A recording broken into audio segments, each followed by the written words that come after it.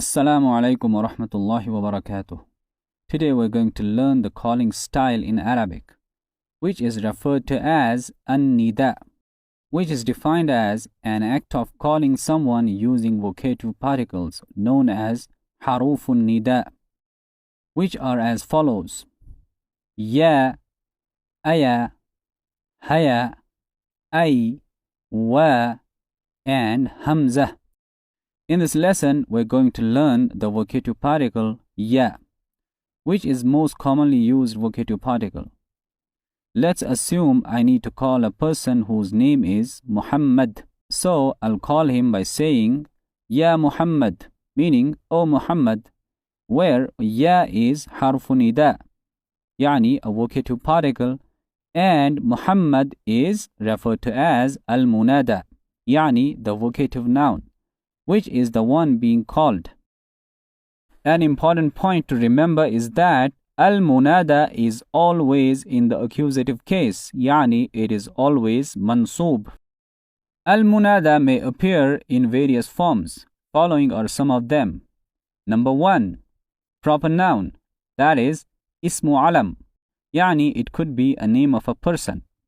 For example, Zaidun, which has tanween on it, and when it is in a vocative phrase, it becomes Ya Zaidu. It loses its tanween. Zainabu, which is a feminine noun, has only one dhammah. So when it is in a vocative phrase, it becomes Ya Zainabu, retaining its dhammah. So what we learned here is that if the vocative noun is a proper name of a person and it has tanween, it will lose its tanween when it appears as al-munada, that is the vocative noun. As for i'rab, both are considered to be in the accusative case, yani both are considered mansoob, because al-munada is always mansoob.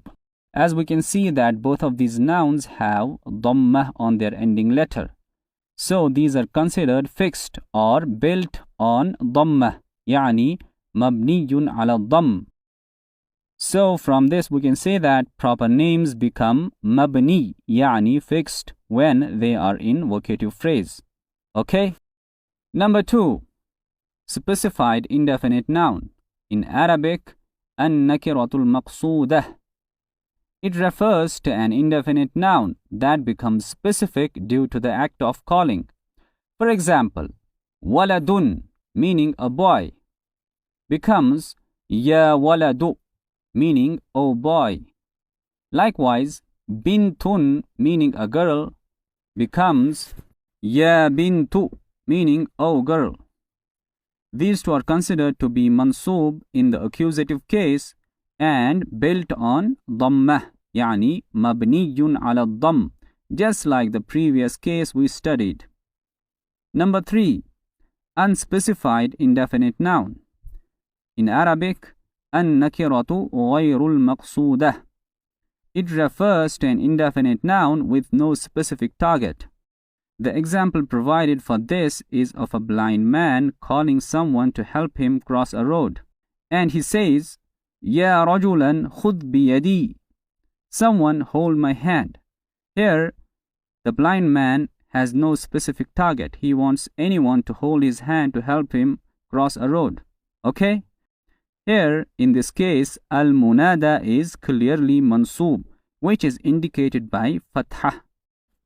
Next, possessive phrase, that is mudaf wa mudaf ilayh as munada.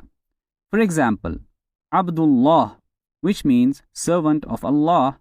When this appears in a vocative phrase, it becomes Ya Abdallah. Here, in this case, mudaf is mansoob, which is indicated by Fat-hah.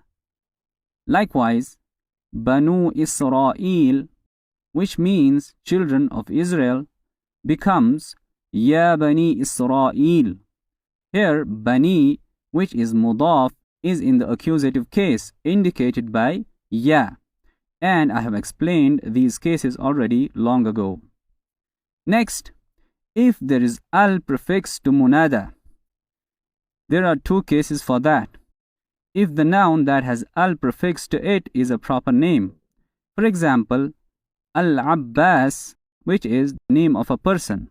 So when it comes as al-munada, its al will be omitted and it becomes Ya Abbasu. Likewise, Al-Hasan will become Ya Hasan. It must be noted that this rule does not apply to the noble name of Allah Azza wa Jal. So the name Allah, which has al prefixed to it, remains unchanged when in the vocative phrase. So it becomes Ya Allah. Okay? Case 2. If it is other than a proper name. In that case, after the vocative particle Ya, the nouns that must be used are ayyuha for masculine and ayyatuha for feminine. For example, at-talib, meaning the student which has al prefix to it, becomes Ya ayyuha talib, meaning oh the student.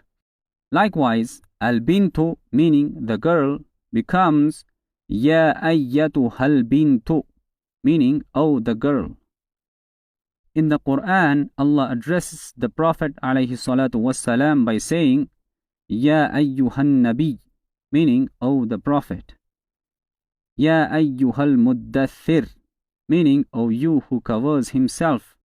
And another verse from Surah Al-Fajr, which is Ya ayyatuhan nafsul mutma'innah, meaning oh the reassured soul. An-nafs in Arabic is considered feminine. That's why ayyatuha is used for it. And its adjective, which is al-mutma'innah, is also feminine. Another point, in the Quran, you may come across the vocative phrases like Rabbana, which is actually Ya Rabbana. Rabb is in the accusative case because it is al-munada and it is mudaf. That's why its accusative case is indicated by Fat-hah, just like the example Ya Abdallah. Okay? There are a number of supplications and calls made to Allah in the Quran, such as رَبَّنَا آتِنَا فِي الدُّنْيَا رَبَّنَا ظَلَمْنَا أَنفُسَنَا رَبَّنَا هَبْ لَنَا مِنْ أَزْوَاجِنَا. You may also find the vocative phrase as Rabbi, which actually is Ya Rabbi, meaning oh my Lord.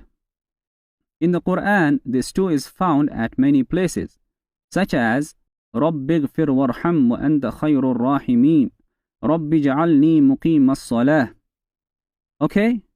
Another form of calling Allah is by saying Allahumma, meaning O Allah, which consists of the name Allah and mim with a dhammah and a fathah on it, which is a substitute of Ya. Finally, let's have a look at this beautiful dua which the Prophet ﷺ would make every morning and evening. Allahumma alim al-ghaybi wash-shahadah fatir as-samawati wal-ard rabb kulli shay'in wa malikah ashhadu an la ilaha illa ant a'udhu bika min sharri nafsi wa min sharri shaytani wa shirkih wa an aqtarifa ala nafsi su'an aw ajurrahu ila muslim. You may pause the video and read the translation. So you see we have two vocative phrases here. Number 1, Allahumma, meaning O Allah. Then we have Alim al-ghaybi wash-shahadah, meaning the knower of the unseen and the seen. And its being in the accusative case indicates that it is vocative noun, meaning a person is calling upon the knower of the unseen and the seen. That is Allah subhanahu wa ta'ala. Then we have Fatir as-samawati wal-ard, meaning the creator of the heavens and the earth. It is mansoob because it is munada. Then we have Rabb kulli shay'in wa malikah, meaning the Lord and the sovereign of everything. Again, Rabb is mansoob because it is the one being called upon. So it is munada. That's why it is mansoob. And that wraps up our lesson. I hope you learned something from this lesson. Until next time, Assalamu alaikum wa rahmatullahi wa barakatuh.